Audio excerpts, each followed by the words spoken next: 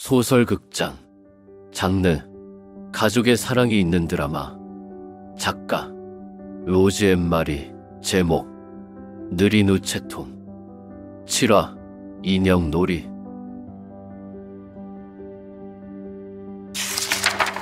아랫마을을 끼고 흐르는 냇가의 다리 건너에 위치한 작은 교회의 종소리가 울리고 재탄장 산더미의 석탄가루가 동네 공터의 하늘을 거뭇하게 물들여 놓으면 뛰어놀던 아이들은 하나둘씩 집으로 돌아간다. 새까만 숯이 그려놓은 칠흑 같았던 밤이 여러 날 지나가고 사남매 집 복덩이 태성이 첫 발을 떼자 온 집안에서는 잔치라도 벌일 듯이 축제의 함성이 울려 퍼졌다. 엄마, 태성이가 세 걸음이나 걸었어. 네 발로 기어다니던 아기 강아지. 태성이 드디어 직립보행을 하는 인간으로 승격하는 장면을 영진이 제일 처음 목격하고 나서 엄마에게 증언을 했다. 엄마는 부엌에서 저녁을 준비하느라 아기 태성의 역사적인 첫걸음을 보지 못해 아쉬워했다. 영진은 학교에 다녀온 뒤 빨간 책가방을 부뚜막 위에 올려놓았다. 부엌에 있는 은빛에 쓰된 양재기 안에 마요네즈로 버무린 사과 샐러드와 고소한 냄새를 풍기며 윤기가 자르르 흐르는 절편과 수수팥떡이 눈에 띄었기 때문이다. 영진이 좋아하는 하얀색 절편을 손으로 집어 한 입 베어 물었다. 뽀얀 절편에서 고소하고 은근한 참기름 향이 피어올랐다. 꿀맛이네. 영진은 오물오물 떡을 먹으면서 만족스러운 표정을 짓고 있었다. 가방을 올려다 놓은 부뚜막에는 잡채와 여러 종류의 튀김이 담긴 크고 납작한 바구니가 신문지로 덮여 있었다. 방 안에서는 영진의 가족들 외에도 다른 사람들이 서성거리며 시끌벅적한 분위기였다. 영진은 방 안으로 고개를 빼꼼 들이밀어보았다. 사남매의 튼실한 막둥이 태성이가 색동적 오리의 선명한 파란색의 앙증맞고 예쁜 조끼를 입고 엄마에게 안겨 머리에 쓴 도령복건을 벗기려고 낑그리고 있었다. 방에는 설이나 추석 때 차례를 지내기 위해 사용하는 아주 큰 상에 먹음직스러워 보이는 음식들이 가득 차려져 있다. 엄마는 진달래색 한복을 곱게 차려입고 아기 태성을 안고 있었고 아빠는 작업복 차림으로 영미를 안고 음식상 앞에 앉아 있었다. 아빠는 회사에서 방금 퇴근하고 돌아와 태성의 돌잔치를 치렀기 때문에 작업복 차림이었다. 아빠의 빼어난 인물은 작업복마저 특별한 연회복처럼 보이게 하는 마법을 부렸다. 패션의 마지막은 얼굴이다라는 말은 아빠를 두고 나온 말인 것 같았다. 엄마의 속국 친구 정우가 줌마의 남편인 지민의 아빠가 소니 카메라로 돌잔치 사진을 찍어주고 있다. 복스럽고 오동통한 막둥이 태성의 첫돌을 기념하는 잔치가 열린 방 안의 풍경이다.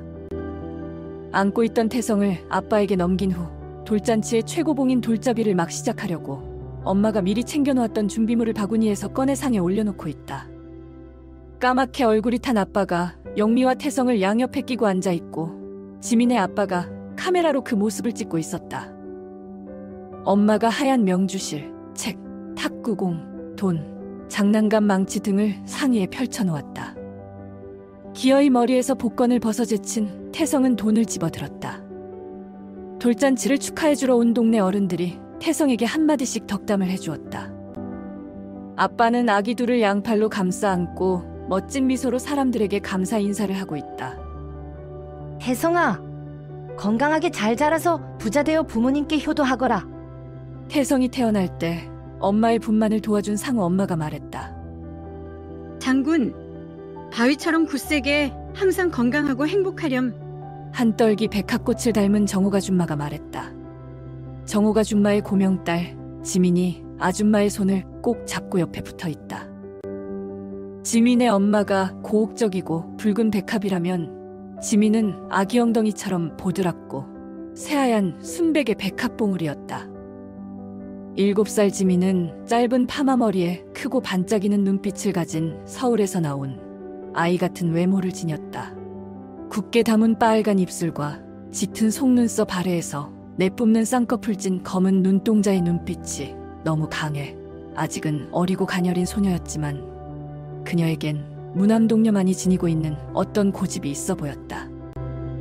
지민과 나이가 같은 사남매직, 둘째 영선은 어린 시절에 엄마와 정우가 줌마처럼 한 동네의 단짝 친구였다. 둘은 항상 손을 꼭 잡고 다녔다.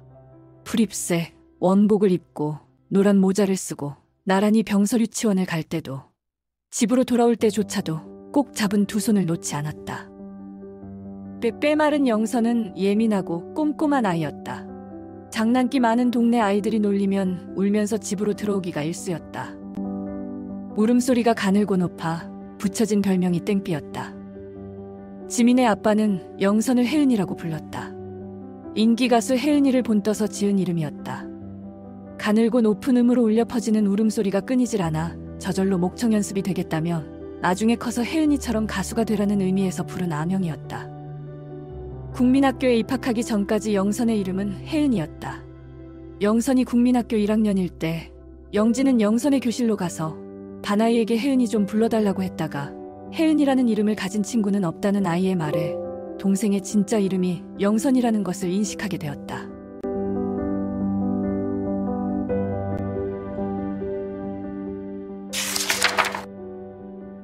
지민의 집은 다른 집들처럼 방 2개 부엌 하나의 구조였지만 집안의 분위기는 다른 집들과는 사뭇 달랐다. 고급스러운 벽지에 앤틱한 전화기와 벽시계가 집안의 분위기를 달라 보이게 했다. 우아한 도자기 그릇은 어린 영선의 눈에도 신기하고 아름다울 따름이었다. 영선은 지민과 함께 누룽지 밥을 먹을 때 도자기 그릇에서 울려 퍼지는 달그락거리는 소리를 좋아했다.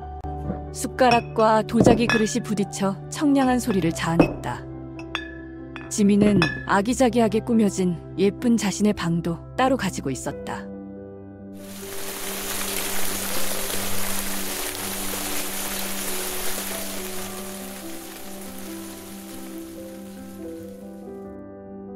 영선은 지민의 방에서 함께 인형놀이를 하는 것이 너무 재미있었다.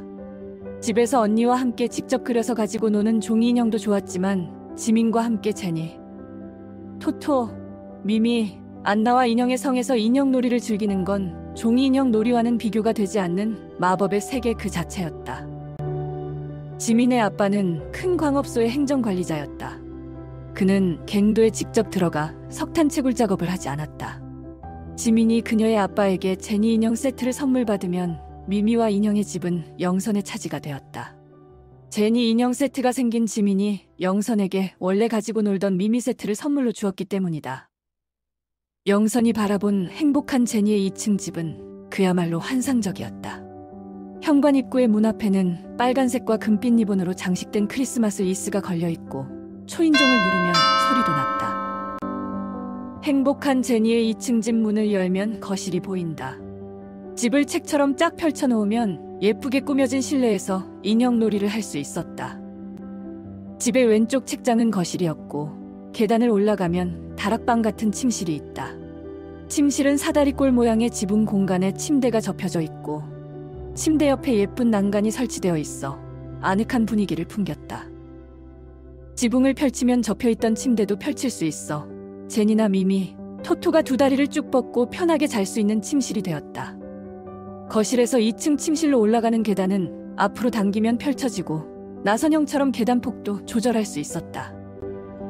거실에는 유럽풍의 소파 위에 분홍색 물방울 무늬의 쿠션이 놓여 있었고 제니의 분홍 실내화도 구성품으로 가지런하게 소파 밑에 있었다. 아이보리색 책상은 파란색 손잡이가 달린 노란색 서랍과 파란색 의자와 스탠드가 갖춰져 있고 책장 위에는 의자와 스탠드랑 깔맞춤을 한 탁상 시계가 장식되어 있었다. 책상 옆에는 컴퓨터 책상이 있는데 서랍의 노란색과 맞춤 색깔이었고 디테일하게 제작된 뚱뚱한 삼보 컴퓨터의 본체와 모니터, 키보드가 올려져 있었다. 책상 뒤에는 바닥에서 천장까지 닿는 유리창으로 빛이 들어오고 예쁘고 앙증맞을 리본으로 묶어놓은 투명한 천으로 만들어진 커튼이 장식되어 있었다. 디즈니풍의 벽지로 인테리어가 된 거실 한쪽 귀퉁이에는 진한 오렌지색의 책장과 장식장을 겸용으로 사용할 수 있는 가구가 배치되어 있었다. 어린 영선은 실제로 제니가 되어 행복한 제니의 거실에서 책도 읽고 공부도 하고 2층으로 올라가 잠도 자면서 꿈을 키우고 싶었다. 하지만 현실은 시끄러운 동생들 틈에서 방바닥에 엎드려 공부를 해야 했다. 그래도 영선은 고학년이 되면서부터 전교 1등을 놓쳐본 적이 없었다. 제니의 집 주방에는 싱크대와 냉장고, 세탁기, 빨간 가스레인지가 갖춰져 있고 주방 싱크대 안쪽으로 접혀있는 식탁은 펼 수 있게 만들어진 구조로 되어 있었다. 천장에는 우아한 샹들리에가 달려있어 제니의 요술열쇠로 샹들리에를 터치하면 환하게 불이 들어왔다. 부엌의 벽, 높은 위치에 그릇장이 설치되어 있어 커피잔과 냄비, 주전자, 후라이팬 등 살림 도구들이 수납되어 있었다. 냉장고 안에도 각종 음료수, 우유, 쿠키, 케이크, 통조림, 과일과 야채 모양의 미니어처들이 잔뜩 들어있었다. 영선과 지민은 리틀미미 인형들의 머리를 잘라주는 미용실 놀이를 하였다. 속은육이 약한 어린 두 소녀들은 가위질이 서툴러 인형들의 머리를 삐뚤빼뚤 자유분방한 원시 스타일로 만들어 놓았다. 꼼꼼하고 완벽한 것을 좋아하는 영선은 자신이 자른 인형 머리가 전혀 마음에 들지 않았다. 영선은 그녀보다 1살 많은 미경에게 의도한 바와는 다른 자유분방한 헤어를 하고 있는 리틀미미 인형을 주었다. 어느 날 미경의 집에 갔을 때 리틀미미 인형의 머리가 전과는 달리 너무 귀엽고 단정한 단발머리로 정리되어 있는 것을 보고 영선은 깜짝 놀랐다. 미경의 언니들이 인형 머리를 예쁘게 다듬어 주었기 때문이었다. 리틀미미 너무 귀엽잖아. 영선은 속으로 생각했다. 미경에게 리틀미미를 넘겨주었던 걸 후회했다. 미경은 20살이 넘는 큰언니와 고등학생 둘째 언니, 중학생 오빠, 국민학생 고학년 언니로 이루어진 형제자매가 많은 집의 막내딸이었다. 나중에 사남매의 부모님이 집을 사서 이사를 간 뒷집이 미경의 집이었다. 지민에게서 선물 받은 미미 인형과 미미의 집은 행복한 제니의 2층 집과는 달리 침실만 있는 단칸방이었지만 캐노피가 있는 공주 침대와 우아한 스탠드, 손님이 오면 차를 대접할 수 있는 둥근 테이블과 의자 세트가 갖춰져 있어 행복한 제니의 2층 집과는 다른 분위기를 풍겼다. 영선은 마음에 드는 인형 세트를 선물 받아 기쁘고 좋았지만 또 다른 마음 한구석에는 불안한 생각도 들었다. 집에 가져가면 덜렁대고 힘이 센 언니와 호기심 많은 말썽꾸러기 동생들이 소중한 인형 세트를 망가뜨려 놓을 것 같은 불길한 생각이 들었다. 지민이처럼 자신의 방이 따로 있으면 몰라도 한 방에서 생활하는 사남매 집에는 새 것도 금방 헛 것으로 바뀌게 만드는 비법이 넘쳐 흘렀기 때문이었다. 영선은 지민이 선물해준 미미의 집을 갖고 싶었지만 미미 인형만 가지고 집으로 가겠다고 하였다. 나중에 사남매의 집으로 간 미미 인형은 예쁘고 긴 금빛 머리카락이 모두 잘려 스포츠 머리가 되어 있었다. 이게 뭐야? 누가 그랬어? 영선은 스포츠 머리로 깎인 미미를 보고 화가 머리끝까지 치밀어 올랐다. 범인을 찾아 엄마에게 일러 단단히 벌을 주고 응징을 해준다고 하더라도 속상한 마음이 풀리지 않을 것 같았다. 엄마가 손뜨개질로 미미에게 빨간 모자와 원피스를 예쁘게 만들어 주어서야 영선의 마음이 조금 풀어졌다.